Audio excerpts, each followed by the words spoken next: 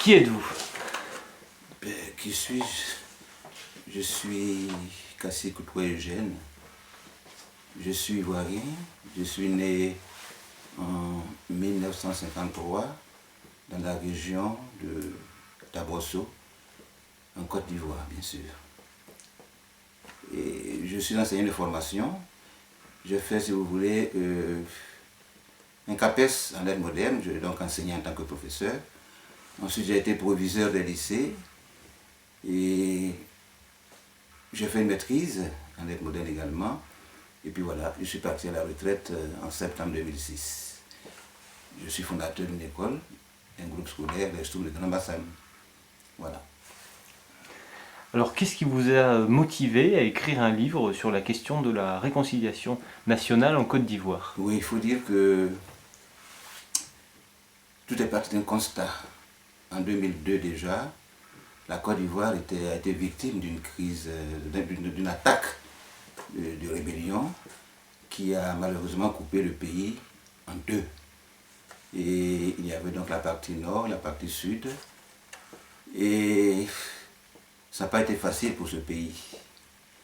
Effectivement, le président Laurent Gbagbo a fait mains et pieds pour que les Ivoiriens puissent se réconcilier à partir de tout cela. Il y a eu plusieurs tentatives de réconciliation.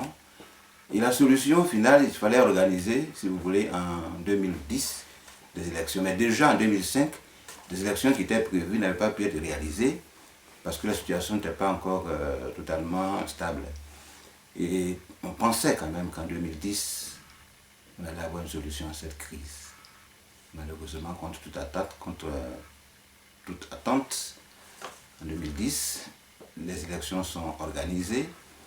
Et puis, ben voilà, le constat que nous faisons, c'est qu'il y a deux présidents de la République, la personne du président Alassane Dramane Ouattara, d'un côté, et de l'autre côté, le président Laurent Gbagbo, qui lui était logé au palais présidentiel, et le président Alassane Ouattara logé à l'hôtel du Golfe. Alors, en tant qu'intellectuel, je me suis posé la question. Pourquoi et pourquoi? Pourquoi ce bicéphalisme à la tête d'un pays comme la Côte d'Ivoire? Et en tant que chrétien, en tant que citoyen, il fallait chercher des réponses à ce pourquoi. Donc je me suis senti interpellé. J'ai donc commencé à écrire ce livre sur la crise de la Côte d'Ivoire. D'abord pour rechercher les causes, faire l'analyse de toutes les causes, les conséquences, et puis voir comment on pourrait trouver une solution à ce qui s'est passé. Et puis ben voilà, on lieu qu'on ait des solutions à tout cela, ça s'est terminé par une guerre qui a fait des milliers de morts, qui s'est terminée par l'arrestation de Laurent Gbagbo, donc, qui a été évincé du pouvoir. Je continue mes interrogations, mais j'ai voulu chercher cette fois-ci, voir tout simplement la lumière de la parole de Dieu. Donc, la guerre étant terminée, l'arrestation de Laurent Gbagbo étant faite, le président Alassane au pouvoir, que fallait-il faire? Il fallait maintenant réconcilier les Ivoiriens. Voilà comment je suis arrivé à écrire ce livre. Alors du coup, à qui s'adresse ce livre et du coup, quel est votre regard dans cet ouvrage sur la réconciliation nationale en Côte d'Ivoire? Ben, ce livre s'adresse à tous les Ivoiriens, de quelque voie qu'ils soient. Il s'adresse aux intellectuels, aux étudiants, il s'adresse aux militaires, aux leaders politiques. Ce livre s'adresse à tout le monde. Parce qu'avec ce regard chrétien, en tant que croyant, cette analyse me permet d'inviter chacun de nous, chaque Ivoirien, à une vraie réconciliation. À une vraie réconciliation. Pas une réconciliation de façade, non. Pas une réconciliation institutionnelle, comme on le voit de façon générale, mais une réconciliation qui va un peu plus en profondeur, qui va s'accrocher à la parole de Dieu, qui va inviter réellement, puisque la paix elle-même est un don de Dieu. La paix est un don de Dieu, et je me suis dit qu'avec ce regard chrétien, ce regard de croyant, on peut trouver une solution à ce problème de réconciliation entre les Ivoiriens. Regard sur la réconciliation actuelle, il faut dire que la CDVR qui a été créée par le président et mise en place par le président de la République, c'était une bonne chose. Mais encore fallait-il réellement donner à cette commission les moyens nécessaires. Nous avons appris tous les éléments que les millions avaient été débloqués, mais c'est seulement qu'on apprend. Est-ce que cette commission a atteint ses objectifs? Là est la question. Mais on n'ose pas dire oui, on n'ose pas dire non, puisque les rapports ont été déposés entre les mains du président de la République. On attend de voir la suite. Mais ce que je peux dire déjà, c'est que les Ivoiriens continuent de se regarder en chien de faïence.